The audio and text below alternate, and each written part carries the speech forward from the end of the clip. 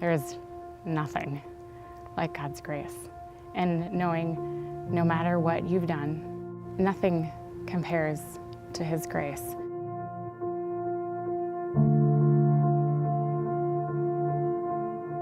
It was just always a part of my life that we went to church, and I went to a Christian school for most of elementary. I definitely knew about God, and I knew Bible verses, I knew facts about God. It was more, what do we do?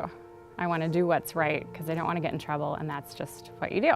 But I didn't really understand why. Going into a public school, it was almost like a culture shock. It was watching everyone else and how can I, try and do what everybody else is doing. And during this time, my parents fought a lot, and they ended up separating and getting divorced. What kept me doing right was a fear of getting in trouble. As I got older, I got better at just not getting in trouble, especially when my parents were separated. I had a small group of friends that I hung out with my senior year, and we went out one night and we smoked crank. And so I came home and I had told my brother, and I had said, I want to tell you that I smoked crank. And he said, well, I'm not upset. I'm just mad you didn't try the good stuff. And so I found out at that time that my brother was using and had been dealing methamphetamines. I went and bought a bag of methamphetamines without ever even really having used, and I did my first line of meth. I used for at least 3 years every day. So when I was living at my dad's and my brother was there and we both were using drugs, we were found out, and then I left one night. I found out then that because I had left that one night that the locks were changed on the doors, and so I wasn't welcome back. Because I was on my own, it was like, well, now I can do whatever I want. So then I really started using a lot. I had some times where I definitely overdosed. I think in a way I wanted help, but then in my stubborn self, I don't know if I would have taken help at that time. I had called up a friend, a guy that I had been dating. We weren't dating anymore, but he said, well, you can come stay at my house. But he still wanted to have a physical relationship, and I got tired of always saying no. So sometimes I would spend the night in my car by myself. So we had one night together after we were dating. So we weren't dating anymore, and I had gotten pregnant. So how do you go to anyone and say, okay, I've been using methamphetamines, I've been sleeping in my car, and I'm pregnant? I can't say that I was excited, but I can't really say that I wasn't excited, because I always wanted to be a mom. When I was asked as a kid, what do I want to be when I grow up? A mom, always. I was driving and I threw my meth out the window and I thought, okay, I'm done. I'm gonna be a mom now, so I'm done. The few that I had told were very upset with me that I even would consider having this child. I was told that it was stupid, and so I felt like, well, maybe I can't. Maybe nobody is gonna be there for me. I think I kind of used other people and what they thought as an excuse to just go ahead and to have an abortion.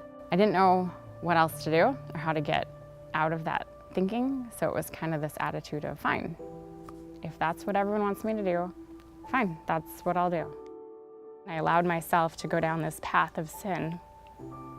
I found myself doing the very thing that I was so against, that I was against my core beliefs and who I was, and even what I believed about God. I went on a Saturday to a clinic and to have an abortion. And I remember walking in from the parking lot, and there was people across the street, and they said something like, hey, come over, we want to talk to you. In my head and in my heart, I was like, oh, somebody's gonna help me. Somebody's gonna save me from this horrible day.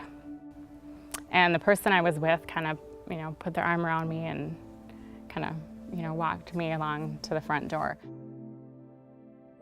I felt like immobile, like I couldn't move, like I couldn't physically use my voice even to say.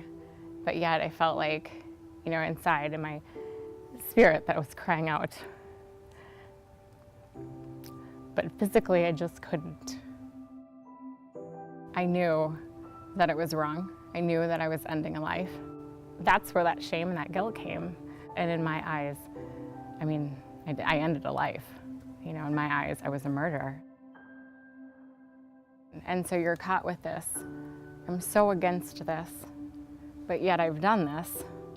And so you don't feel like you have anyone to turn to. I felt like part of me was gone. And so I turned to methamphetamines again.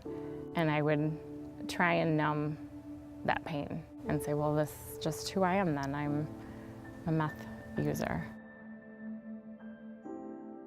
I remember my mom then called me up one time and she said, we want you to come back home. And it was actually my stepdad who said to her, and him and I didn't always get along, but he said to my mom, we have to get Kim back because she's not doing well. I did move back and I started going to church with them, and I knew I could pray and I could read my Bible.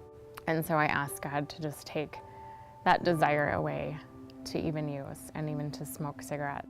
And I know it doesn't happen that way with a lot of people, but I was very fortunate and blessed that I didn't go through a lot of withdrawal. I never really regretted anything, but yet having an abortion, I couldn't, I just couldn't get over that. And I knew that when you ask God to forgive you, He forgives you. And I know that you don't have to keep asking Him. Why do I keep asking God to forgive me when I know He does? I think I was missing a big part of God's forgiveness. We have forgiveness, but what comes with forgiveness is grace. And grace means that not only am I forgiven, but I don't have to live with that shame and with that guilt. It just had this huge, just in a moment, this huge change of how I can go from so much shame and so much guilt to so much freedom and grace, and to where I couldn't even think about what I had done myself, to wanting to share, because it's not what I've done, but it's about what He's done. And while I can't say that I'm proud of what I've done, I can't say that I'm glad that I went through what I went through, but had I not, I'm not sure I would have experienced grace like this. This huge weight that I didn't know that I was even carrying, just gone. You grow up in church and you know the verses and you know the facts about God, and you think you got it down and you think you know. And then when you've gone through something like this and then you experience His grace like this, the more you just realize how big He is.